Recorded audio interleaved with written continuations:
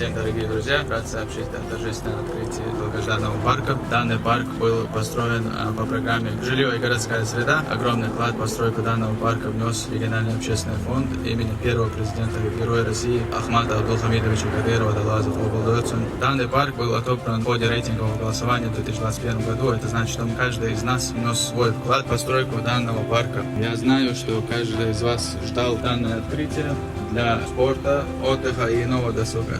Я Беркут Юлий Масера Ахмат Сила Аллаху Акбар.